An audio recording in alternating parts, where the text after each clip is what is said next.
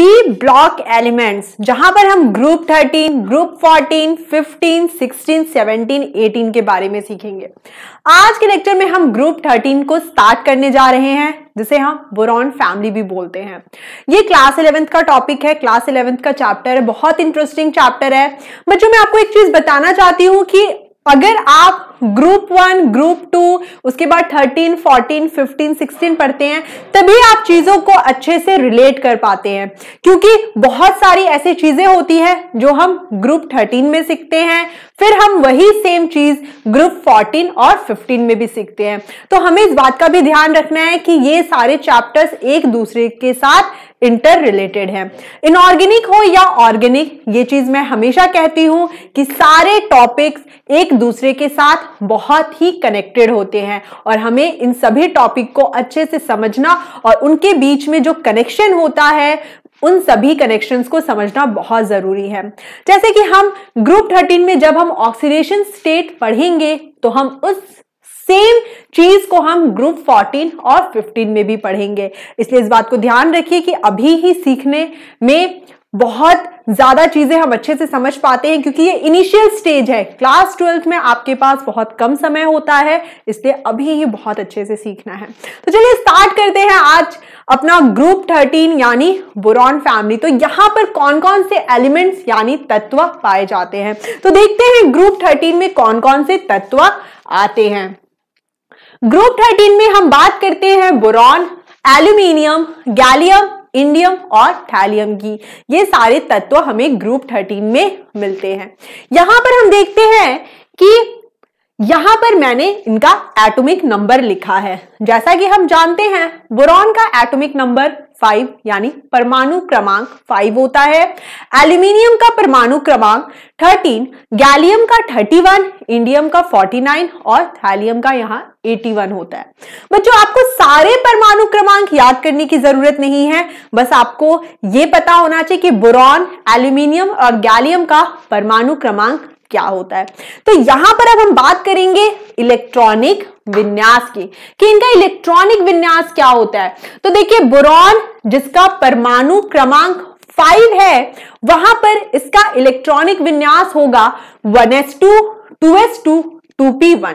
ठीक उसी तरह एल्यूमिनियम का परमाणु क्रमांक होता है 13। अब हम इसे लिखकर देखेंगे और समझेंगे कि कैसे हम परमाणु क्रमांक और इलेक्ट्रॉनिक विन्यास के माध्यम से समझ सकते हैं। तो देखिए, बोरॉन का इलेक्ट्रॉनिक विन्यास यहां पर हम देखेंगे 1s2, 2s2 और 2p1 होता है। फिर हम एल्यूमिनियम का केस देखते हैं।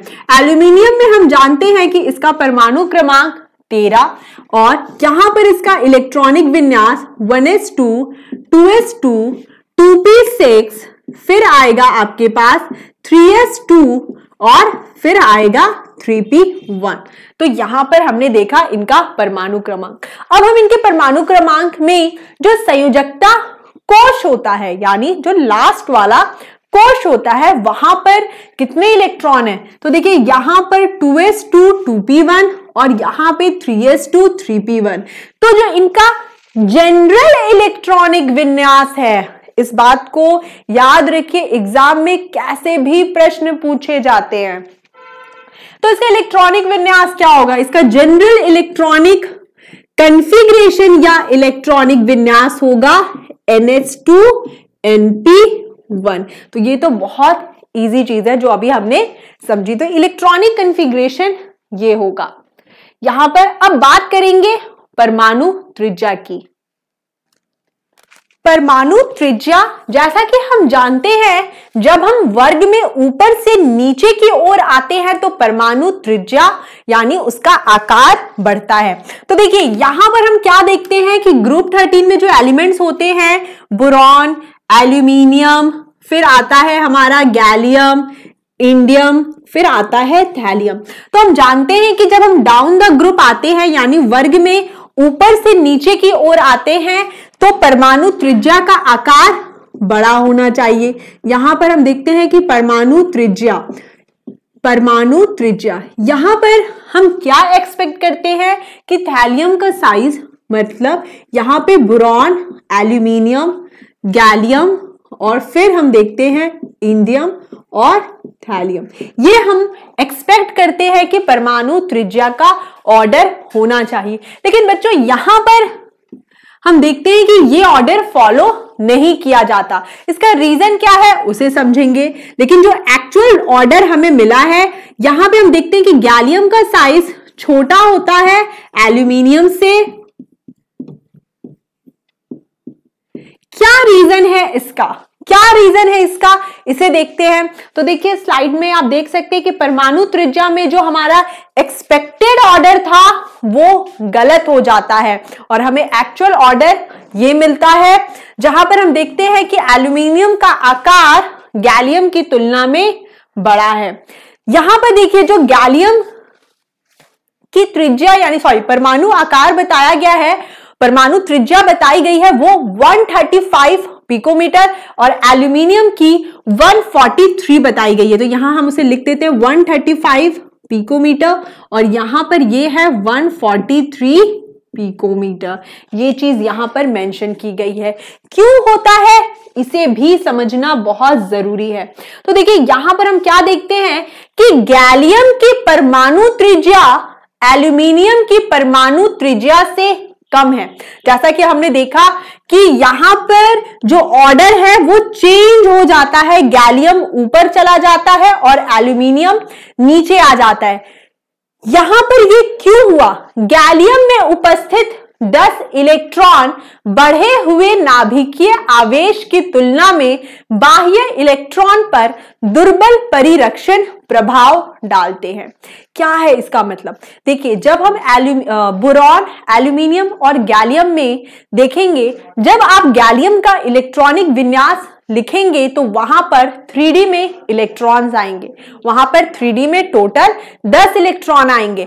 और क्योंकि 3D में इलेक्ट्रॉन्स आए हैं और यहां पर नाभिकीय आवेश बढ़ा है, नाभिकीय आवेश बढ़ने के कारण D में उपस्थित जो इलेक्ट्रॉन होते हैं वो नाभिक के समीप चले जाते हैं। यही कारण है कि गैलियम का साइज छोटा होता है।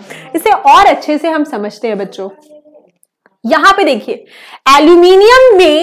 एल्यूमिनियम का इलेक्ट्रॉनिक विन्यास हमने लिखा जो है 1s2 2s2 2p6 3s2 3p3। फिर हमने गैलियम का इलेक्ट्रॉनिक विन्यास लिखा और आप देख सकते हैं 3D में इलेक्ट्रॉन्स है। जैसा कि हमने आपको शील्डिंग इफेक्ट, प्रभावी नाभिकीय